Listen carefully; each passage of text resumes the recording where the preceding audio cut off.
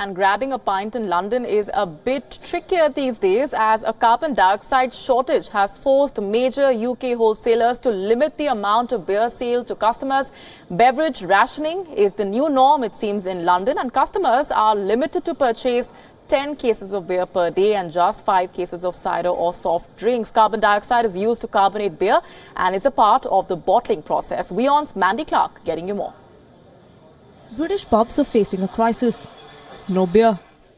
The country is running out of CO2 that keeps their pints bubbly, and the crisis comes at the worst possible time for brewers and distributors.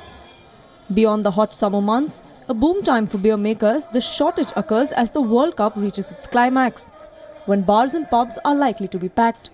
I think it's concerning. Obviously, we've phoned our suppliers and they've assured us that we're going to be okay, but then I'm reading different articles in the newspaper. I'm not really too sure of the ins and outs of it. A good customer of ours yesterday was in a golf club down in the country, and they actually had to stop serving beer because they'd run out of their last CO2. So he phoned the pub actually and asked me, is this going to affect us? And I said, at the moment, no.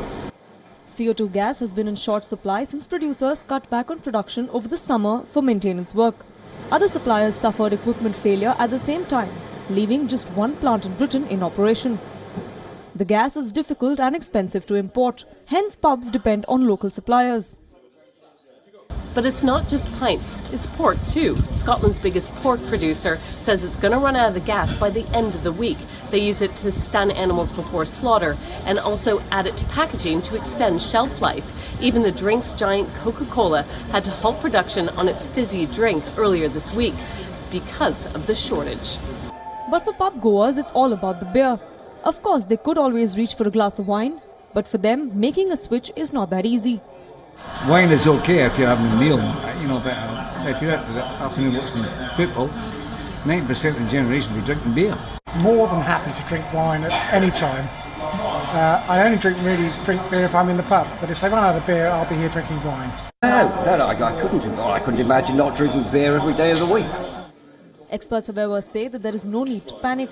They say the CO2 supply should be back on track in a few weeks. Londoners would be hoping exactly for the same, so that the fizz in their favourite beer remains intact. With Mandy Clark in London, Poonam Burde for WION.